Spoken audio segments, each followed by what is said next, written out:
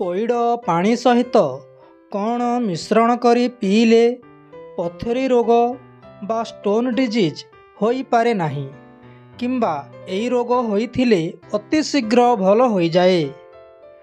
ପଇଡ଼ ପାଣି ସହିତ କ'ଣ ମିଶ୍ରଣ କରି ପିଇଲେ ପଥରୀ ରୋଗ ବା ଷ୍ଟୋନ୍ ଡିଜିଜ୍ ହୋଇପାରେ ନାହିଁ କିମ୍ବା ଏହି ରୋଗ ହୋଇଥିଲେ ଅତି ଶୀଘ୍ର ଭଲ ହୋଇଯାଏ। ଏହି ପ୍ରଶ୍ନର ଉତ୍ତର ଜାଣିବା ପୂର୍ବରୁ ଆମ ଏହି ଭିଡ଼ିଓକୁ ଗୋଟିଏ ଲାଇକ୍ କରି ଆମ ଏହି ଚ୍ୟାନେଲଟିକୁ ନିଶ୍ଚୟ ସବସ୍କ୍ରାଇବ୍ କରନ୍ତୁ।